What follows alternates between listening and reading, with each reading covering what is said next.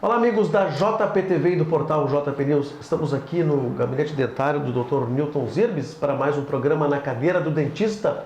Vamos fazer mais uma viagem no tempo. Tudo bem, Newton? Tudo bom, tudo certo. Legal, hoje nós vamos abordar um assunto que o Newton conhece muito bem de perto, que é a maçonaria, né? Que existe há muitos anos em Montenegro, mas muita gente não sabe exatamente qual é a função, como é que se formou a maçonaria. E o Newton vai nos contar um pouquinho, né? Ele que é membro há quantos anos da maçonaria, Newton? A minha vida maçônica começou em 1981. Eu fui iniciado aqui na loja maçônica Rocha Azul, Montenegro, né? E nesta minha vida maçônica eu ocupei todos os cargos dentro da maçonaria e trilhei todos os graus do nosso rito, que é o rito escocês antigo e aceito. Certo. E são 33 graus. Tu passaste pelos 33? Sim, desde 96, do 33º grau. A maçonaria é uma filosofia que durante o tempo de vida dela, ela sofreu muitos preconceitos. E esses preconceitos vieram de muitos lados, inclusive da igreja. Sim. A origem da maçonaria é do tempo bem antigo e ela se iniciou no Oriente. Certo. Naquela época, como a gente vê ainda nos filmes, né, e na história, existia um rei com a sua corte, os seus súditos, e o resto era o povo que trabalhava para o rei. Perfeito. Então o povo era submetido a todo tipo de intempéries todo o trabalho dele era devolvido ao rei. Existia uma casta de pessoas, por exemplo, num país qualquer, vamos dar um exemplo, na Síria, na Arábia, né, que eram muito conceituados pelo conhecimento que eles tinham, que era na construção. Certo. Então eles conheciam muito a arquitetura, matemática e assim por diante. Estes eram considerados, porque eles é que construíam os templos, construíam os palácios, né? E justamente estas pessoas começaram a tomar consciência que deveriam mudar o comportamento dos homens daquela época e terminar com aquela opressão. Certo. Então eles começaram a se encontrar em lugares ermos, em cavernas, à noite, e começaram a se comunicar através de palavras e sinais. Ali que se iniciou a maçonaria. Ela não teve cunho religioso. Não teve cunho religioso. E isso se perpetuou pelo tempo e foram aumentando os adeptos. Então foram criadas regras, porque tu não poderia colocar dentro desse contexto de qualquer um, sendo sujeito a ser denunciado. Claro. E o rei terminar com esse tipo de manifestação. Sim, claro. Quem é que fazia parte? Eram justamente os construtores. Por isso que a maçonaria desta época, até 1870, por aí, ela era considerada operativa, porque era uma maçonaria de operários. E já tinha o nome de maçonaria? Não, a maçonaria é um termo francês. Maçom significa pedreiro livre. Então, nesse desenrolar, ela foi se aperfeiçoando e tu sabes muito bem que na história se houve um tempo em que os reis que indicavam o Papa. Sim. E ali começou, aonde vem também, que são histórias e são contos e muitas verdades dos templários e etc, etc. Claro. São pessoas que se revoltavam e defendiam os pequenos. Por exemplo, Henrique VIII quis se separar da rainha para casar com a Ana de Bolena, e era proibido pela igreja. Então o que ele fez? Ele fundou uma igreja para ele, que é a Igreja Episcopal. A Igreja Episcopal, o Papa da Igreja Episcopal é o rei da Inglaterra, ou a rainha da Inglaterra. Perfeito. Então, os maçons foram excomungados da igreja. por essas manifestações. E por mais, por ser uma congregação secreta. Mas esse segredo, ele não vem por ser segredo em si, e sim por uma consequência do que acontecia naquela época antiga. As mulheres não pertencem à maçonaria, justamente por ser a sua origem uma origem operativa, de operários. Mas nós, dentro da maçonaria, nós respeitamos e temos uma manifestação assim bem eloquente com a mulher. Basta ver que durante a iniciação do maçom, quando ele passa a pertencer à maçonaria, se faz homenagens e o maçom entrega um mimo para sua esposa, sua mãe, né? A mulher que mais ele gosta.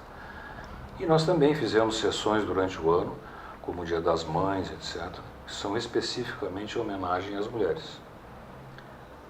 E a Rocha Azul existe desde quando? Bom, especificamente aqui na cidade, a loja Rocha Azul, ela teve início em 1893 para 94.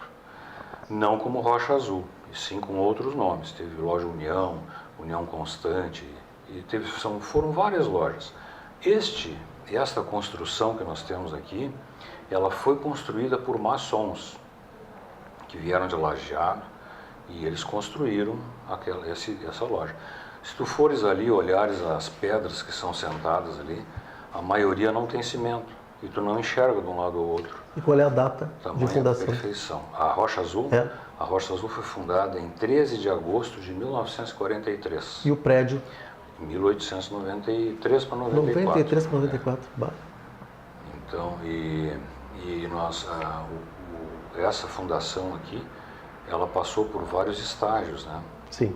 Então, os maçons daqui, quando foram iniciados, vieram outros maçons de outros lugares para dar início à loja daqui. Mas a loja maçônica, que a gente chama de loja, todo mundo acha interessante o termo loja, mas loja é uma união, é um congregamento de pessoas em torno de um fim comum. Então, a denominação loja. O lugar onde nós trabalhamos ali, a gente chama de templo. Então, nós temos dentro da maçonaria várias terminologias que têm cunho religioso. Porém, dentro da maçonaria não se admite alguma referência contra ou a favor de religião e política. Cada um tem a sua religião e defende os seus lados políticos. Só se exige um ponto fundamental, que acredite em Deus, a existência de um ente superior, que dentro da maçonaria nós chamamos de grande arquiteto do universo. E pode perguntar.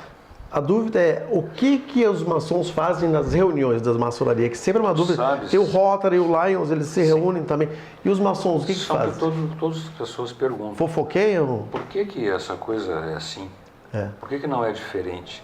Na tua casa, quando tu te reúne, a tua esposa e o teu filho estão ali, tu quer que a vizinhança toda venha escutar o que tu está falando? Não, né? Então, os maçons, nós formamos uma família. Nós nos tratamos de irmãos. Os filhos dos nossos irmãos são os nossos sobrinhos, as esposas são as nossas cunhadas. E ela se fundamenta em 3 princípios fundamentais: a irmandade, a igualdade e a fraternidade.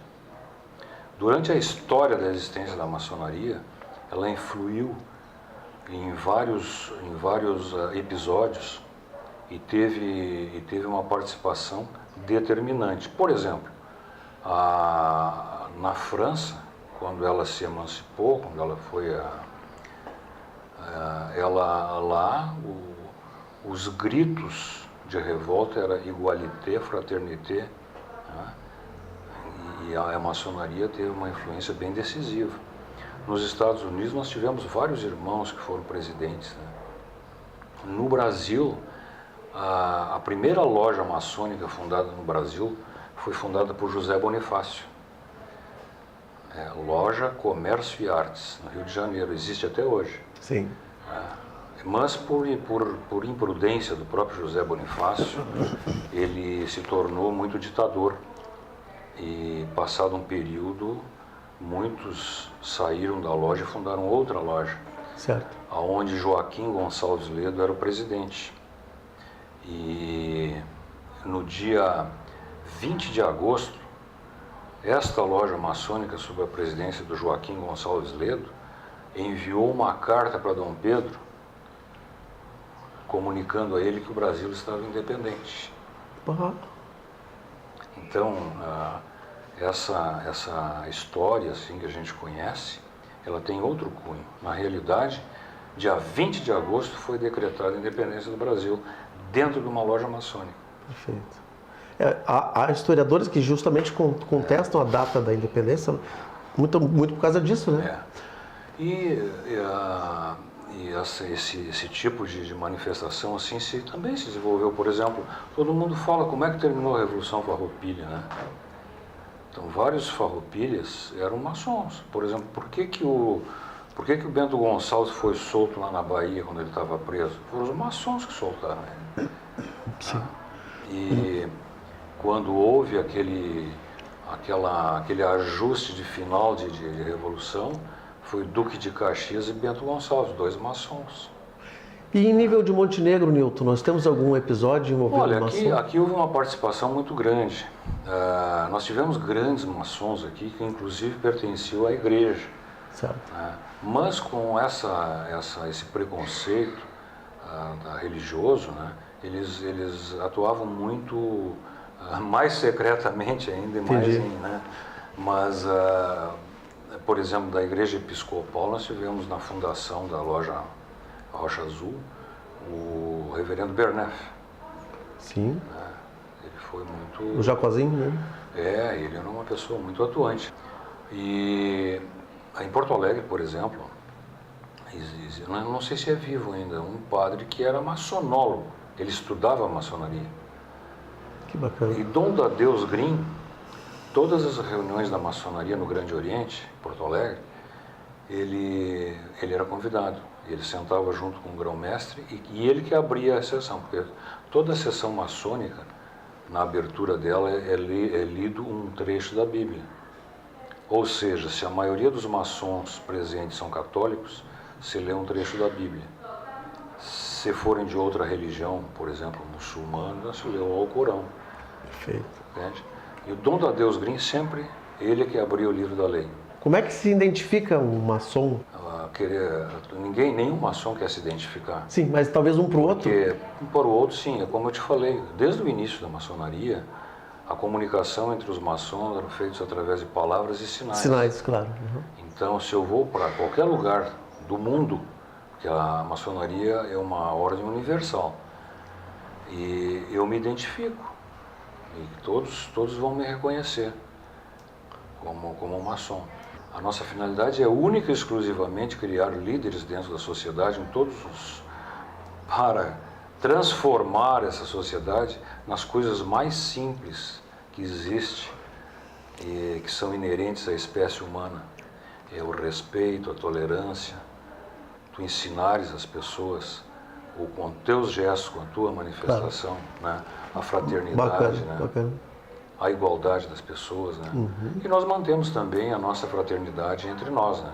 Perfeito. Nós somos uma família, né?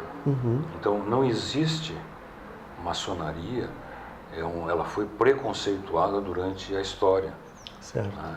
No entanto, a nossa participação na sociedade, ela construiu somente coisas por bem. A nossa finalidade é formar líderes para que façam com que a evolução da sociedade e da humanidade seja a melhor possível. Certo. Baseada sempre voltada para o sucesso, para a felicidade e para o amor, né, entre as pessoas. Né? Legal, conhecemos um pouco mais da maçonaria, principalmente da loja Rocha Azul aqui de Montenegro. Newton, obrigado mais uma vez pela participação no programa, e nós vamos continuar o nosso tratamento dentário, né? Vamos lá.